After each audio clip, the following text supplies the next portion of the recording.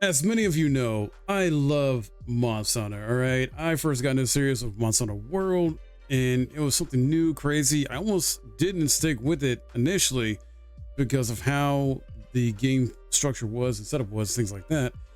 But because friends got me into it more, I play with people and just give it a real shot, I loved it. And Rise was another great successful Monster Hunter game that I really got into.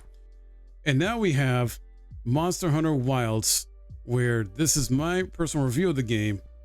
And I can say I am loving it overall. Again, despite the technical issues, it's not all good things. I'm definitely going to go into the cons as well as the pros of this game, because man, it should not have released in this state. But I guess for whatever reason, Capcom had to get it out before the end of their fiscal year.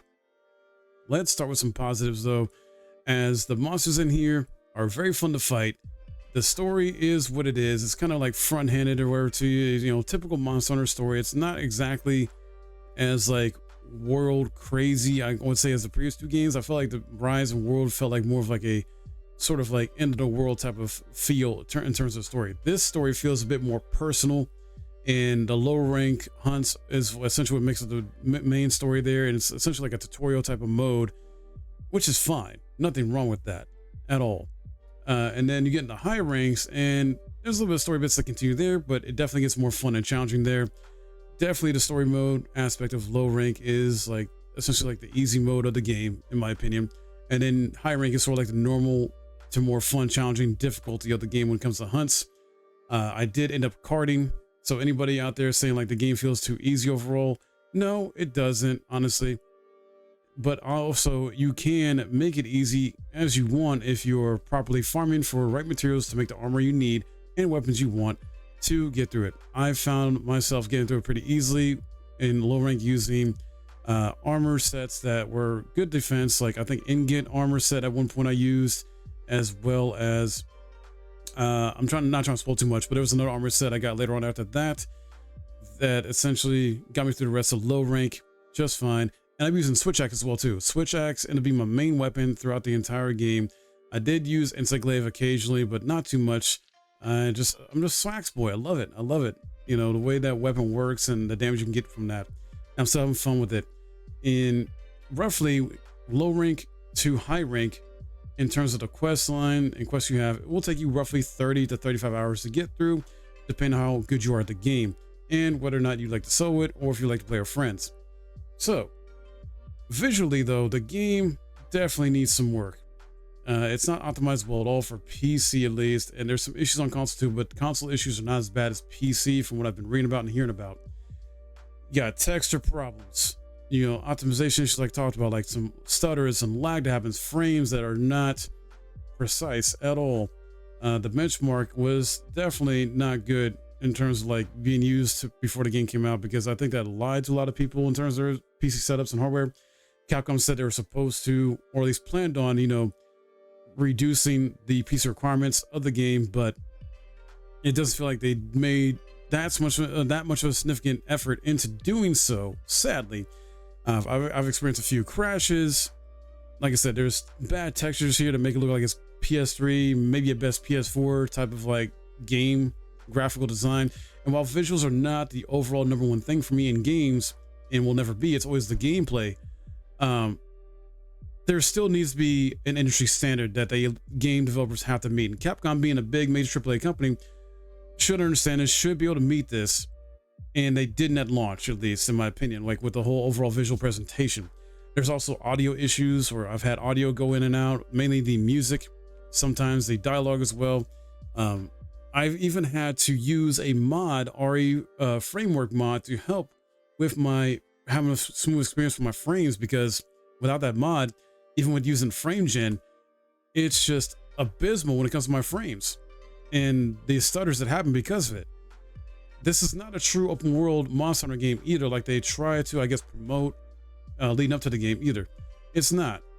It's more open zoned, I guess you can say, or maybe it's semi-open world, but you got different biomes and different regions to go to and explore, things like that. There's stuff that updates in real time though, as far as like monsters available to hunt, or if there's like a surge and a resource or material to go out and get.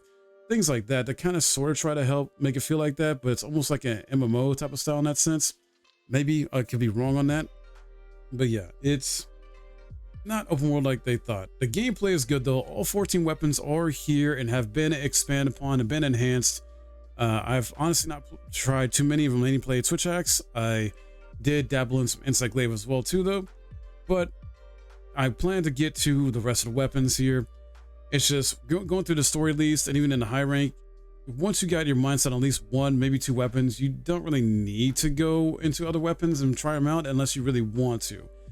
So it'll get you through as long as you got a good weapon. I would say in terms of the skill tree, you can go like Bone or the Hope. I decided to go down the line of Poison skill tree for my Switch Axe because I like doing like raw damage on top of crit, on top of poison damage to get monsters dealt with quicker and hunted faster. So that's what I did. The skill tree is good. Obviously, sword progression unlock more and more stuff here. The upgrading is good. Pretty much same old Monster Hunter stuff there. They do streamline some things here, make it a bit easier. As far as like when you get materials, you can build a, not saying this wasn't in the previous games, but you can build a armor set that's good for gathering items, whether it's like botanist or geologist. They also have NPCs you'll unlock later on that will help out you gather materials as well too. The melding pot is back as well, you can use. And the fact you get these even artillery weapons in here, which is I believe similar to past games, or at least World anyway, you can make those as well too.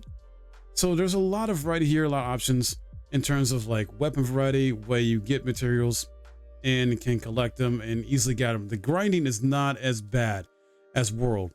They've made the grinding less of an issue here, which makes it a bit more streamlined, which is good. For example, I mean, I was hunting a particular monster where I needed a plate item to make the final piece of armor set. And once I soloed it, I was trying to do it with randoms doing an SOS quest. Couldn't get it. Did it on a solo quest and ended up getting it. So RNG is still going to be a thing here, but it's less of a annoyance this time around. The monster variety is pretty good here, although it does feel like there's less monsters in here than Monster Hunter World base game, which is a bit sad and disappointing. I hope they add a bunch more. I know we got the first free tile update coming soon with Mitsune, which I'm a little disappointed. I thought we would get maybe something better than that. Maybe save Mitsune for later on, or I don't know. Just Mitsune? Really, Capcom? Oh well. I know this game has had great success too, reaching a sale of 8 million copies. Congrats to Capcom. That happened in 3 days, so they're doing something right here. And when it does work, it's great. Don't get me wrong, it is fun. It's Monster Hunter at its core, and whether a newcomer or a veteran, you can appreciate this game. You can get into this game. Depending on what weapon you choose, it'll feel like a Dark Souls game to you at times, or it'll feel like a Devil May Cry game to you. That is up to you.